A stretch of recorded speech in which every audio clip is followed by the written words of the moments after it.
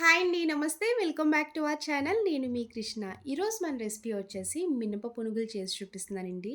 వర్షాలు పడుతూ ఉన్నాయి కదా! వేడివేడిగా హెల్తీగా తినాలంటే ఇలా మైదా, గోధుమ పిండి వాడకుండా పొట్టు మినపప్పు నానబెట్టుకొని పునుగుల్లా వేసుకొని తినండి. టేస్ట్ అయితే చాలా బావుంటదండి.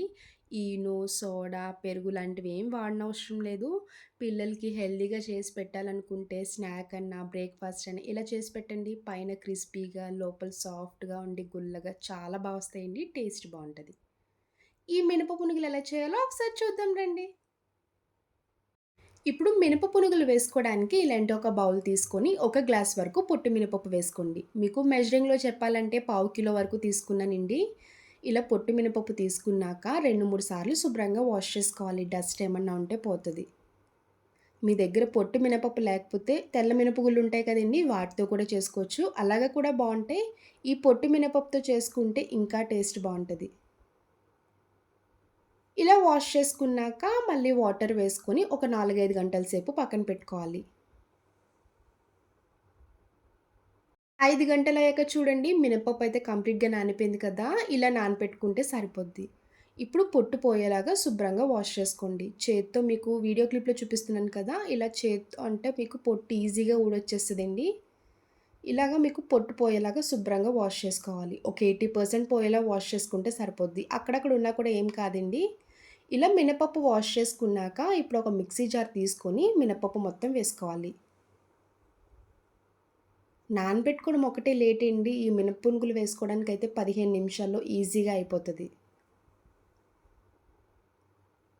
ఇలా మినపప్పు మొత్తం వేసుకున్నాక మీ టేస్ట్‌కి తగ్గ సాల్ట్ వేసుకోవాలి. నేనైతే హాఫ్ టీ స్పూన్ వరకు వేసుకుంటున్నానండి. మిక్సీ చేసుకున్నాక కావాలనుకుంటే చూసుకొని వేసుకోవచ్చు. చిన్నించి అల్లం ముక్క తీసుకొని ముక్కల్లా కట్ చేసుకొని వేసుకోండి.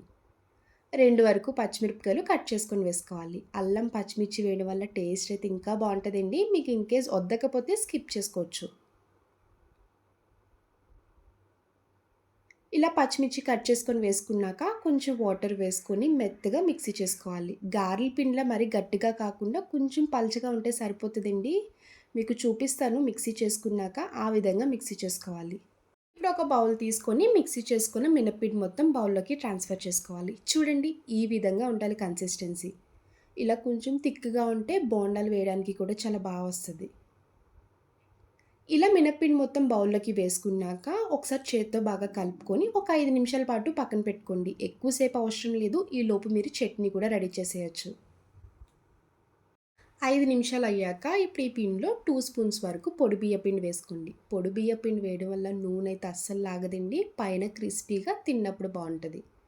నార్మల్‌గా మైదాతో చేస్తే మనకి లైట్‌గా నూనె లాగుతది కదండీ! ఈ మినప పునుగులకైతే నూనె అస్సలు లాగదండి. ఒకసారి ట్రై చేశాక మీరే కామెంట్ బాక్స్‌లో కామెంట్ చేస్తారు చాలా వచ్చాయని. ఇప్పుడు హాఫ్ టీ స్పూన్ వరకు జీలకర్ర వేసుకోండి. జీలకర్ర వేసుకున్నాక 2 ఉల్లిపాయలు చిన్న ముక్కల్లా కట్ చేసుకొని వేసుకోవాలి. ఉల్లిపాయలు మీరు కావాలనుకుంటే వేసుకోండి. లేదు అంటే స్కిప్ చేసుకోవచ్చు.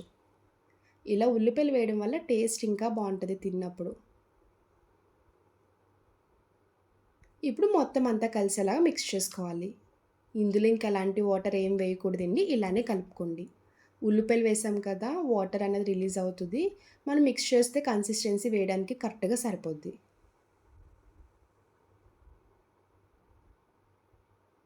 ఇప్పుడు పునుగులు వేసుకోవడానికి స్టవ్ ఆన్ చేసి కడాయి పెట్టుకున్నాక డీప్ ఫ్రైకి ఆయిల్ వేసుకోవాలి. ఆయిల్ కంప్లీట్‌గా హీట్ అయిందో లేదో కొంచెం వేసుకొని చెక్ చేసుకోండి. ఆయిల్ కంప్లీట్‌గా హీట్ అయ్యాకే అప్పుడు వేసుకోవాలి. చూడండి ఆయిల్ హీట్ అయింది కదా! ఇప్పుడు చిన్నగా పునుగుల్లా వేసుకోవాలి. ఇలా అన్నీ వేసుకున్నాక స్టవ్ మీడియం ఫ్లేమ్‌లో పెట్టుకొని తిప్పుకుంటూ గోల్డెన్ కలర్ వచ్చే వరకు ఫ్రై చేసుకోవాలి. వేసిన వెంటనే మనకి వెంటనే పైకి తేలిపోతదండి. అప్పటి వరకు అలా ఉంచేసేయాలి. వెంటనే గరిటె పెట్టారంటే అంటుకుంటది. చూసారు కదా! ఒకసారి ఫ్రై అయితే మనకి ఈజీగా పైకొచ్చేస్తాయి. ఇలా స్లోగా గరిటెతో కలుపుకుంటూ గోల్డెన్ కలర్ వచ్చేలా ఫ్రై చేసుకోవాలి. చూసారు కదండీ! ఇలా గోల్డెన్ కలర్ వచ్చే వరకు ఫ్రై చేసుకుంటే సరిపోద్ది. ఇప్పుడు ఈ పునుగులు తీసుకొని ఒక ప్లేట్‌లోకి ట్రాన్స్‌ఫర్ చేసుకోవాలి. మిగిలినవి కూడా అలానే చిన్నగా వేసుకొని గోల్డెన్ కలర్ వచ్చే వరకు ఫ్రై చేసుకోవాలి. చూసారు కదండీ! మైదా, గోధుమ పిండి, సోడా, ఈనో, పెరుగు ఇలాంటివి ఏం వేయనవసరం లేదండి. హెల్తీగా పప్పు నానబెట్టుకొని ఇలా చిన్న చిన్నగా వేసి పెట్టారంటే పిల్లలు భలే ఇష్టంగా తింటారండి. హెల్త్‌కి కూడా చాలా మంచిది. ఫ్రై చేసిన పునుగులన్నీ ఇలా ప్లేట్‌లోకి ట్రాన్స్‌ఫర్ చేసుకోవాలి. పునుగులంటేనే మనకు గుర్తొచ్చేది టమాటా చట్నీ కదండీ! నేనైతే కాంబినేషన్‌గా ముందుగానే టమాటా చట్నీ రెడీ చేసుకున్నాను. పునుగులు విత్ టమాటా చట్నీ అయితే ఇంకా ది బెస్ట్ కాంబినేషన్ అని చెప్పొచ్చు. ఇలా చట్నీతో సర్వ్ చేసుకోండి. చూసారు కదా! పునుగులకైతే ఆయిల్ ఎక్కడ పీల్చలేదు. ఎక్కడ చేతికి కూడా అంటుకోవడం లేదు. చూడండి పైన క్రిస్పీగా, లోపల గుల్లగా, సాఫ్ట్‌గా చాలా వచ్చాయి కదా! ఇంట్లో ఒకసారి ట్రై చేయండి. అందరికీ నచ్చుతది. ఇంటికి ఫ్రెండ్స్ వచ్చినా, రిలేటివ్స్ వచ్చినా కూడా ఇలా హెల్తీగా చేసి పెట్టొచ్చు. చూసారు కదండీ మినప పునుగులు. నా వీడియో మీకు నచ్చితే లైక్ చేసి, షేర్ చేయండి. అలానే ఫస్ట్ టైమ్ చూసే వాళ్ళైతే ప్లీజ్ నా ఛానల్‌ని సబ్స్క్రైబ్ చేయండి. Bye friends. Thanks for watching.